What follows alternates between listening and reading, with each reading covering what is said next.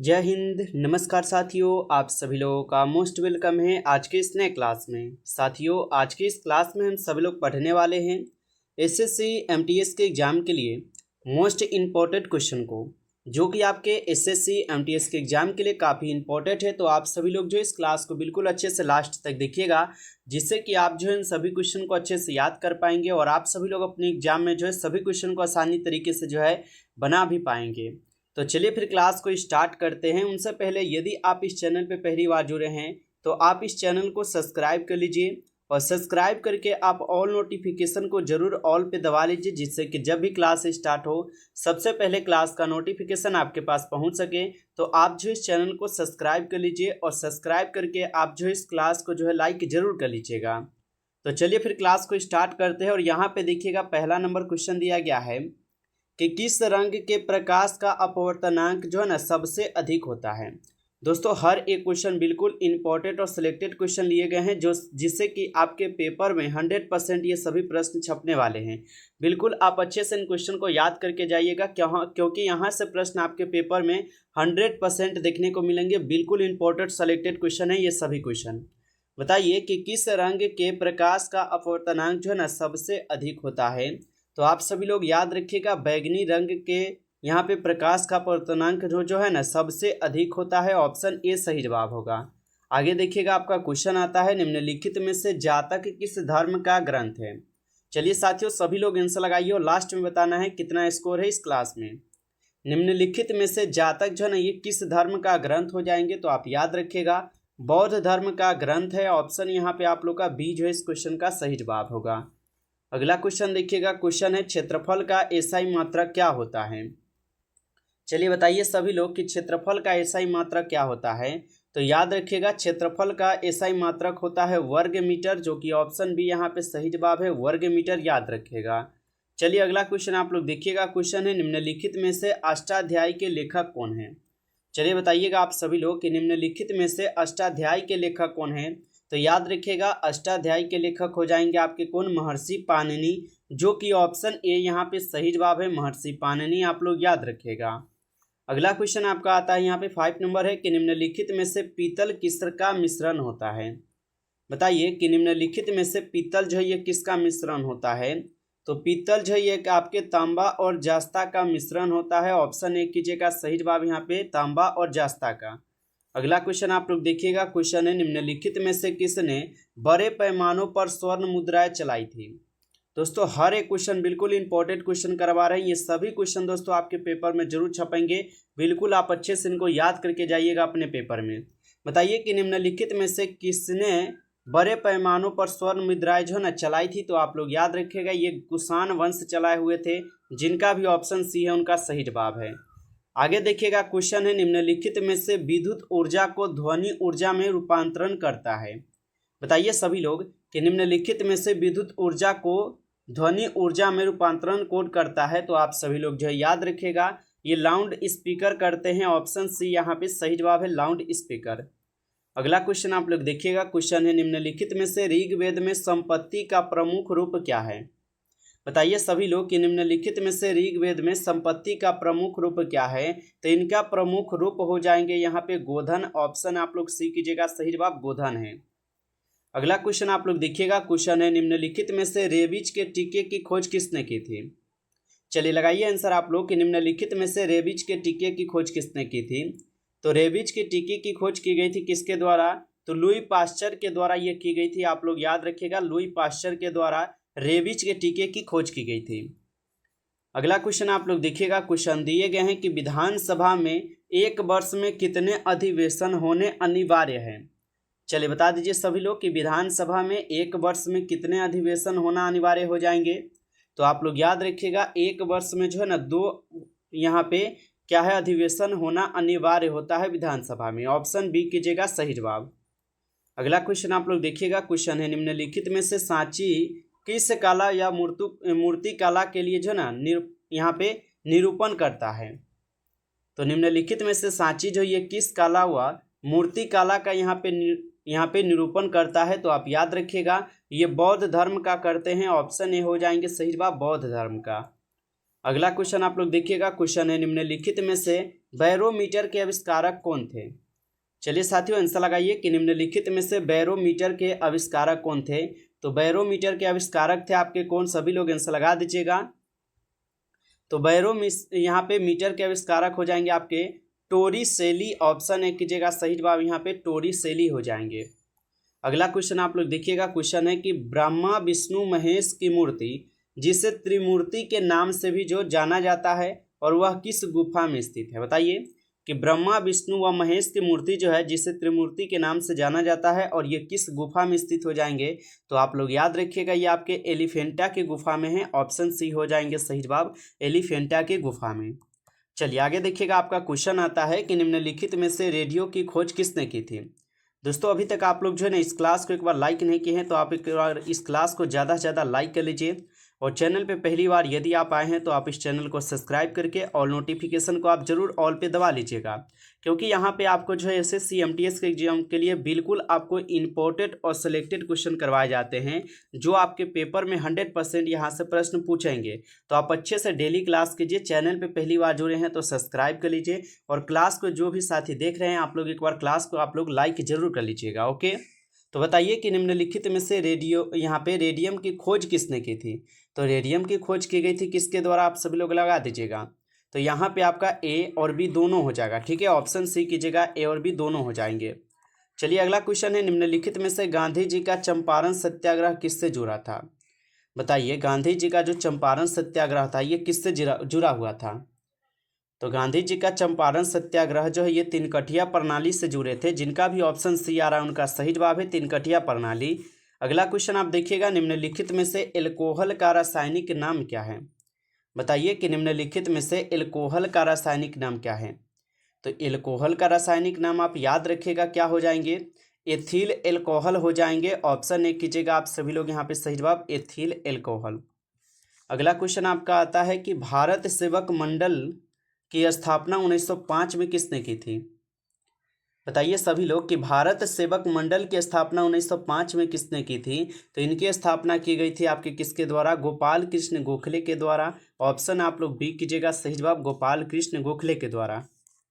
अगला क्वेश्चन है कि किस माध्यम में प्रकाश की चाल सर्वाधिक होती है। बताइए कि किस माध्यम में प्रकाश की चाल सर्वाधिक यहाँ पे होती है। तो किस माध्यम प्रकाश की चाल सर्वाधिक होती है, तो याद रखिएगा निर्वात में हो जाएंगे, ऑप्शन सी सही जवाब है निर्वात में। अगला क्वेश्चन आता है, भारत में पहली पंचवर्षीय योजना कब शुरू हुई थी।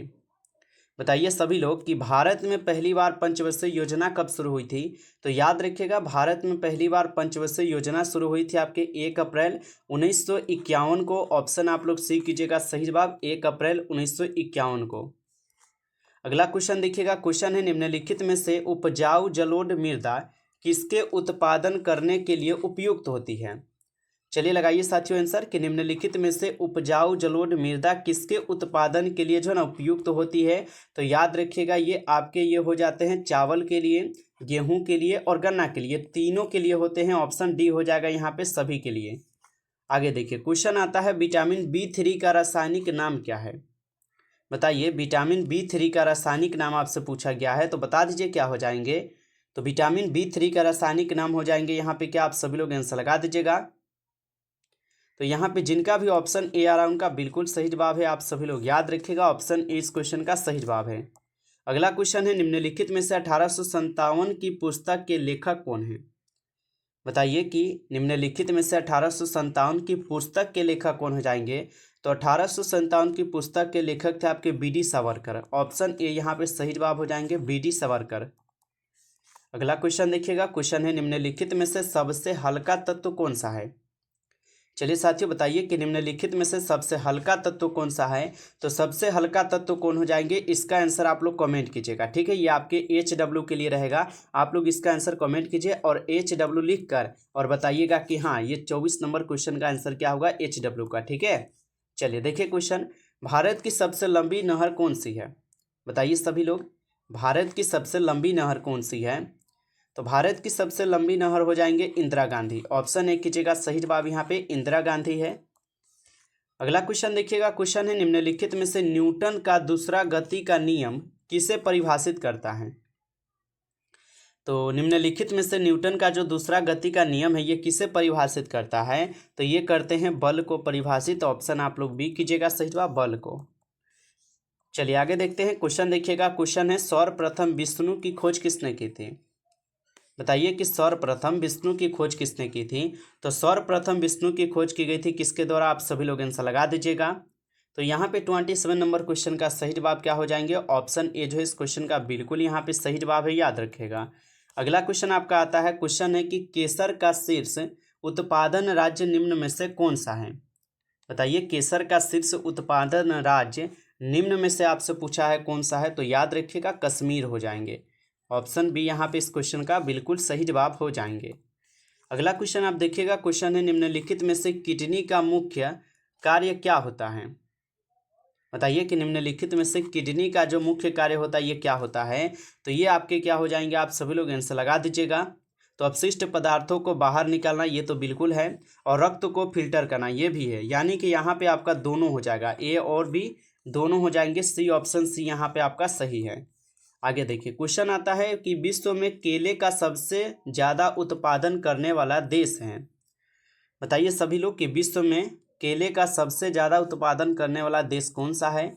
तो याद रखिएगा आप सभी लोग अपना भारत जो देश है ये केले का सबसे ज़्यादा उत्पादन करता है। चलिए आगे देखते हैं। क्वेश्चन क्या है आगे? क्वेश्चन है निम्नलिखित में से चुंबकीय प्रेरण का एसआई मात्रक क्या है? तो निम्नलिखित में से चुंबकीय प्रेरण का एसआई मात्रक आपसे पूछा है तो लगा दीजिएगा टेस्ला होता है। ऑप्शन सी इस क्वेश्चन का सही जवाब है टेस्ला।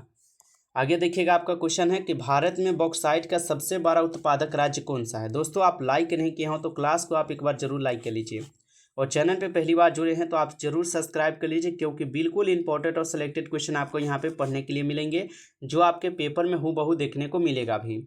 तो भारत में बॉक्साइट का सबसे बड़ा उत्पादक राज्य आपसे पूछा है कौन हो जाएगा? तो याद रखिएगा यहाँ पे कौन हो जाएंगे? ओडिशा दिया गया है, यहाँ पे ओडिशा हो जाएगा। ठीक है, ओडिशा याद रखिएगा, ओडिशा होगा। चलिए आगे देखिएगा। क्वेश्चन दिया गया है कि वह पुर्तगाली कौन सा था जिसने गोवा पर अधिकार किया था?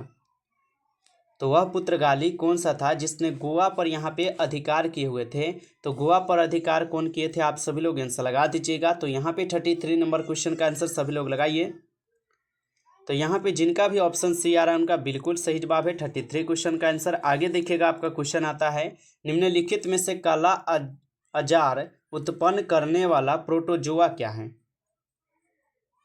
तो निम्नलिखित में से काला अंजार उत्पन्न करने वाला प्रोटोजोआ क्या है? तो आप लोग याद रखिएगा ये क्या हो जाएंगे? सभी लोग आंसर लगा दीजिएगा। तो यहाँ पे 34 नंबर क्वेश्चन का बिल्कुल सही जवाब सी रहेंगे, आप सभी लोग याद रखिएगा। आगे आपका यहाँ पे क्वेश्चन आता है निम्नलिखित में से सूती वस्त्र की राजधानी किसे कहा जाता है? बताइए कि निम्नलिखित में से सूती वस्त्र की राजधानी किसे कहा जाता है? तो सूती वस्त्र की राजधानी कहते हैं हम लोग मुंबई को। ऑप्शन यहाँ पे आप लोग का बी सही जवाब है, मुंबई को।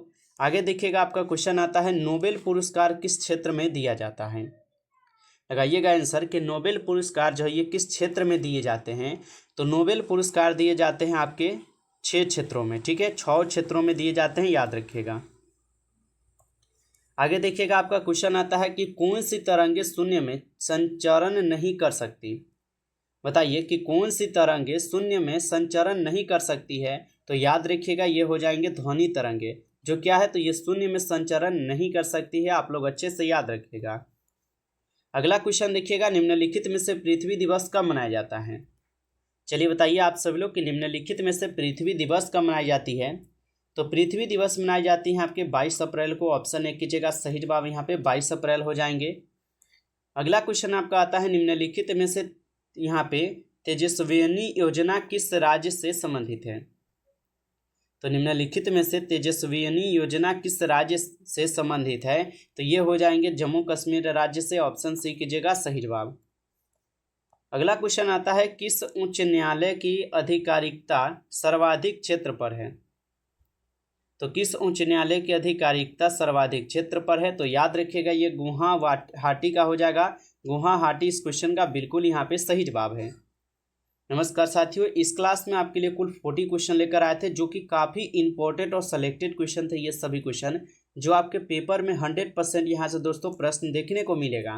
तो आप लोग अच्छे से इन क्वेश्चन को जरूर याद करके जाइएगा अपने पेपर में। यदि आपको ये क्लास अच्छा लगा है तो आप इस क्लास को लाइक नहीं किए होंगे तो ज़रूर क्लास को लाइक कर लीजिएगा आप। और चैनल पे पहली बार जुड़े हैं तो आप इस चैनल को ज़रूर सब्सक्राइब करके और नोटिफिकेशन को आप दबा लीजिए, ताकि जब भी क्लास स्टार्ट हो सबसे पहले क्लास का नोटिफिकेशन आपके पास पहुंच सके। तो आप इस चैनल को भी सब्सक्राइब कर लीजिए। चलिए फिर मिलते हैं आपसे एक नई टॉपिक के साथ नेक्स्ट क्लास में। तब तक के लिए जय हिंद, जय भारत।